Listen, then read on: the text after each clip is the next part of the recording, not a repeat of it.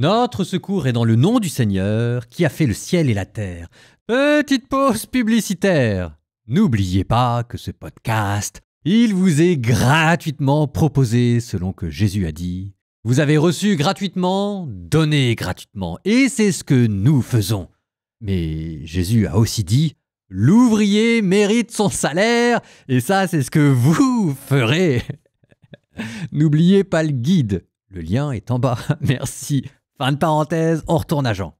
Nous avons terminé une première grande partie dans l'évangile selon saint Jean, ce qu'on appelle le livre des signes.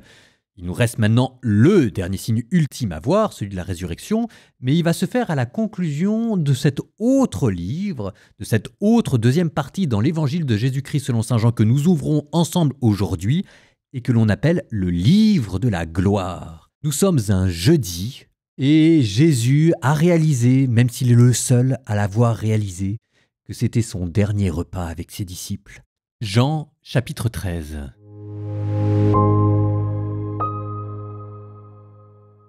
Avant la fête de la Pâque, sachant que l'heure était venue pour lui de passer de ce monde à son Père, Jésus, ayant aimé les siens qui étaient dans le monde, les aima jusqu'au bout.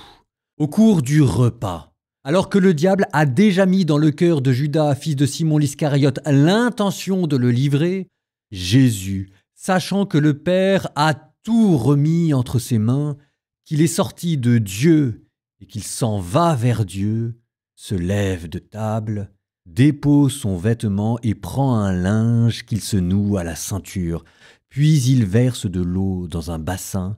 Alors, il se mit à laver les pieds des disciples et à les essuyer avec le linge qu'il avait à la ceinture. Il arrive donc à Simon-Pierre qui lui dit « C'est toi, Seigneur, qui me laves les pieds ?» Jésus lui répondit « Ce que je veux faire, tu ne le sais pas maintenant, mais plus tard tu comprendras. » Pierre lui dit « Tu ne me laveras pas les pieds, non, jamais !»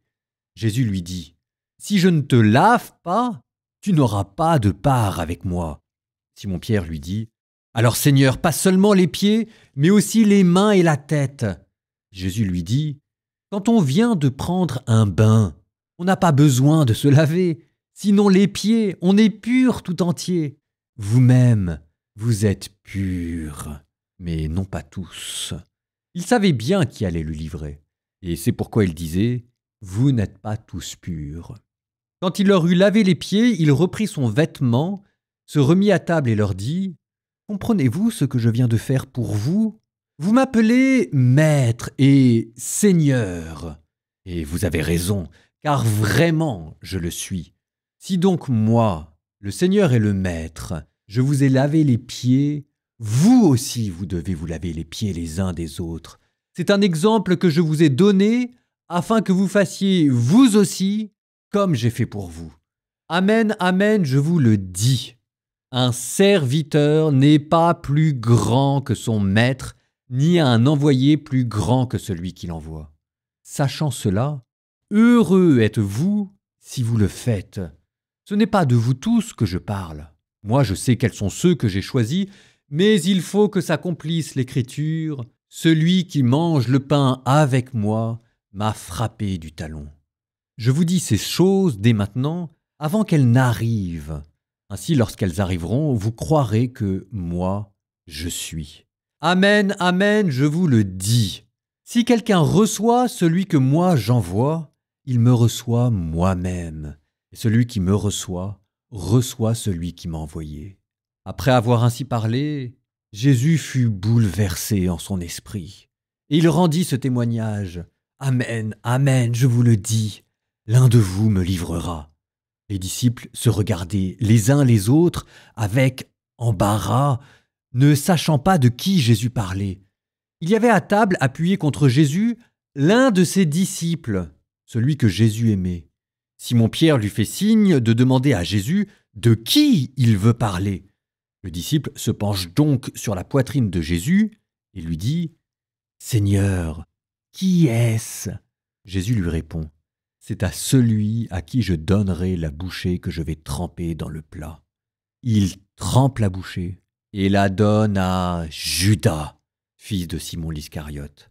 Et lorsque Judas eut pris la bouchée, Satan entra en lui. Jésus lui dit alors, « Ce que tu fais, fais-le vite. » Mais aucun des convives ne comprit pourquoi il lui avait dit cela. Comme Judas tenait la bourse commune, certains pensèrent que Jésus voulait lui dire d'acheter ce qu'il fallait pour la fête ou de donner quelque chose aux pauvres. Judas prit donc la bouchée et sortit aussitôt. Or, il faisait nuit. Quand il fut sorti, Jésus déclara « Maintenant le Fils de l'homme est glorifié, et Dieu est glorifié en lui. Si Dieu est glorifié en lui, Dieu aussi le glorifiera. Il le glorifiera bientôt. Petits enfants, c'est pour peu de temps encore que je suis avec vous. Vous me chercherez, et comme je l'ai dit aux Juifs, là où je vais, vous ne pouvez pas aller. Je vous le dis maintenant à vous aussi. Je vous donne un commandement nouveau, c'est de vous aimer les uns les autres. Comme je vous ai aimé, vous aussi, aimez-vous les uns les autres. À ceci, tous reconnaîtront que vous êtes mes disciples, si vous avez de l'amour les uns pour les autres. Simon-Pierre lui dit, « Seigneur, où vas-tu » Jésus lui répondit, « Là où je vais, tu ne peux pas me suivre maintenant, tu me suivras plus tard. » Pierre lui dit, « Seigneur, pourquoi ne puis-je pas te suivre à présent ? Je donnerai ma vie pour toi. » Jésus réplique, « Tu donneras ta vie pour moi ? Amen, amen, je te le dis, le coq ne chantera pas avant que tu m'aies renié 3 fois. »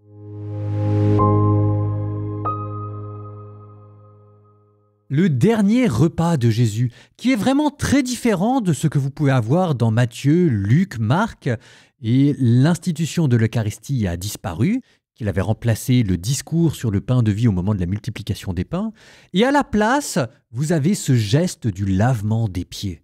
Autre particularité aussi, la manière dont ce repas était introduit, par ce qu'on appelle une période. Une période, c'est une phrase rhétorique particulièrement bien construite. Sachant que l'heure était venue pour lui de passer de ce monde à son Père, Jésus, ayant aimé les siens qui étaient dans le monde, les aima jusqu'au bout. Vous avez la montée, ce qu'on appelle la protase, l'acmé, le paroxysme, Jésus ayant aimé les siens, et puis ensuite la descente, l'apodose.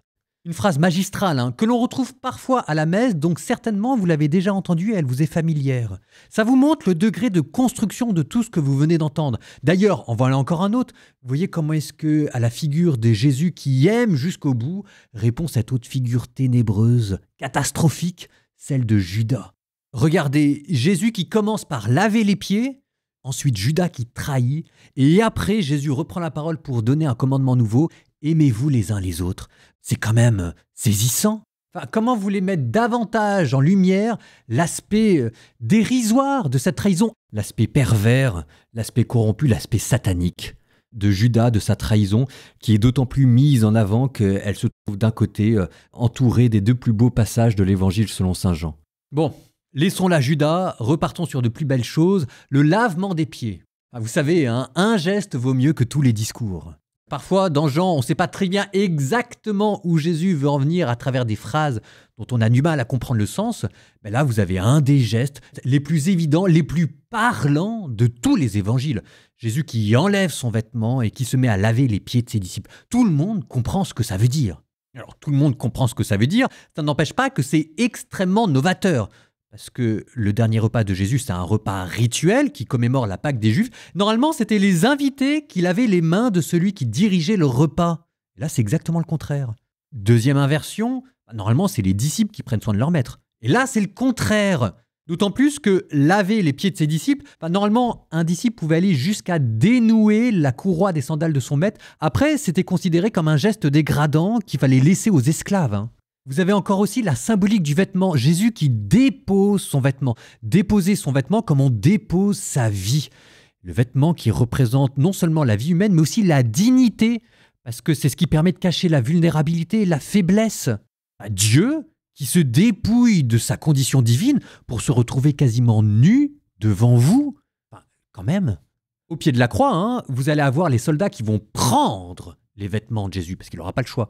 Mais là, c'est Jésus qui dépose ses vêtements. Il donne librement sa vie. Et après ce geste, pour saint Augustin, c'est le 8e sacrement. Après ce geste, vous avez le discours d'adieu qui commence. Alors ce discours d'adieu, il va durer 4 chapitres, hein. Donc préparez-vous, sauf que ici, vous venez d'avoir en introduction le thème central de ce qui va ensuite être déployé pendant 4 chapitres. C'est ce que je vous disais, c'est ce commandement nouveau. Je vous le dis maintenant à vous aussi, je vous donne un commandement nouveau, c'est de vous aimer les uns les autres. Alors, on l'appelle commandement nouveau, non pas au sens où il n'était pas présent dans l'Ancien Testament. Quand on lit bien l'Ancien Testament, il est dedans. On l'appelle commandement nouveau parce que enfin quelqu'un va le réaliser. Et ce sera la première fois dans l'histoire de l'humanité. Et on l'appelle aussi nouveau parce qu'il ne peut pas vieillir. C'est un commandement éternel et qui est toujours nouveau. Aimez-vous les uns les autres, comme je vous ai aimé, aimez-vous les uns les autres. Donc ici, ce qui est commandé, c'est cette charité, mais au sens d'une charité, celle d'une amitié, celle d'une fraternité, qui va plus loin même que simplement faire les choses gratuitement, c'est s'attacher aux gens qui est demandé. Et de ce commandement nouveau, Jésus vous en donne le fondement, le don de sa vie.